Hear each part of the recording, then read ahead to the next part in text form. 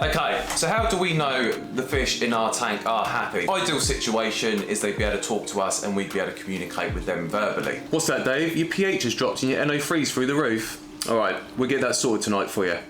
Obviously, that isn't the case. So what we're going to take a look at is just a couple of telltale signs that there may be a couple of issues in your tank, and these guys aren't quite as happy as they should be. After all, we want them to thrive, not just survive. So predominantly for the new fish keepers, or as you're touching up on your knowledge and research, these are probably the three main things that will start to show their phase as the fish tank starts and as it moves on and develops. A couple things to really easily overlook, but these will be a few signs that would just give you a slight indication that your fish aren't as happy as they should be, how to fix them, and what the problems could be in the first place. Right, so one indication of an unhappy fish in your tank is redness around the gills. Now, there are certain fish out there, say like a marble angel fish, that develops redness around the gills as they mature, but redness around the gills is usually a clear indication of ammonia, or with some fish, nitrite in your tank. So the key thing that you really want to be doing to fix that is getting some really big water changes in the aquarium. Now, I've done videos previously that talks about dealing with ammonia and nitrite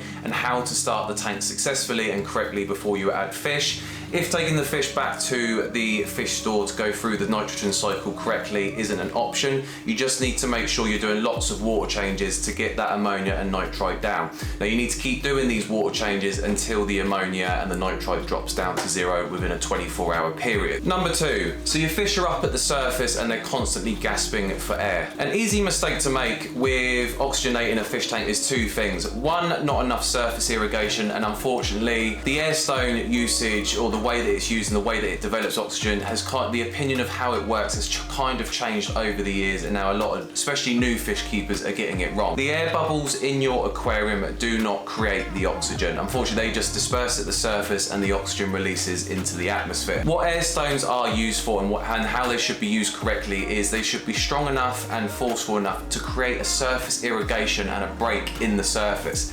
It's that break in the surface which is what oxygenates the water. Or again, if you're using a outlet to your filter, make sure it's facing upwards and again breaking that surface. So again, another clear indication that your fish aren't happy is, again, if they're all nose up, right up the surface, and it looks like they're gasping for air or trying to pull oxygen in from the surface. Take a look at your air stone, make sure it's powerful enough to break the surface, because it's not the bubbles themselves that create the oxygen. Or get your outlet facing up at the surface of your water to again create that surface movement and surface break. Let me just say surface one more time. Now, before all of this begins and you set up your fish tank, number three is your own personal revision and looking into the fish that you're going to keep or planning to keep and the setup itself. Two main things that you really need to take a look at. Well, actually, I'm going to say three main things.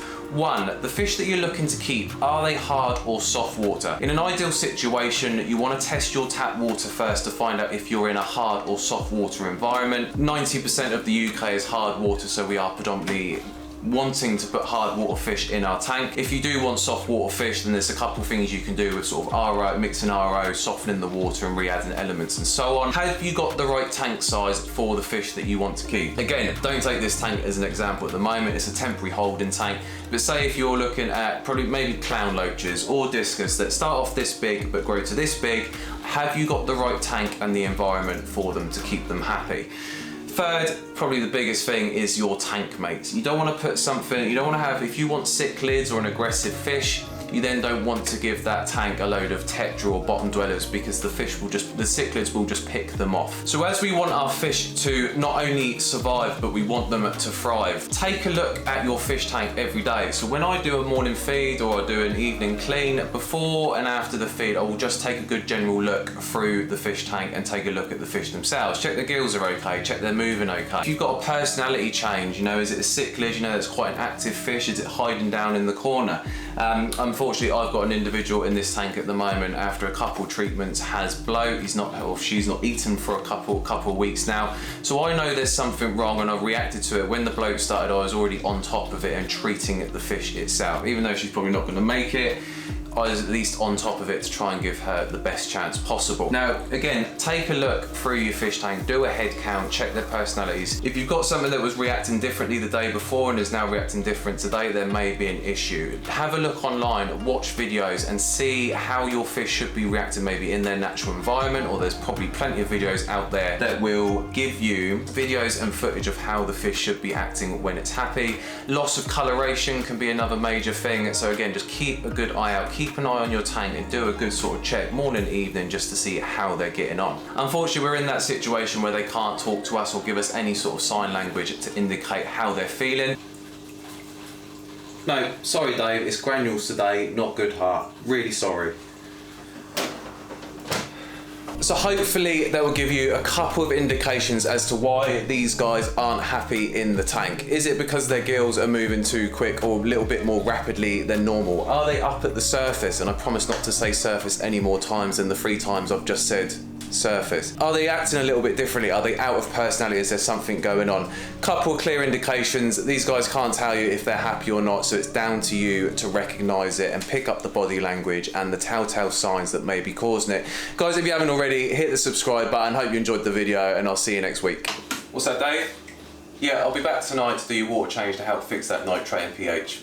Love you too.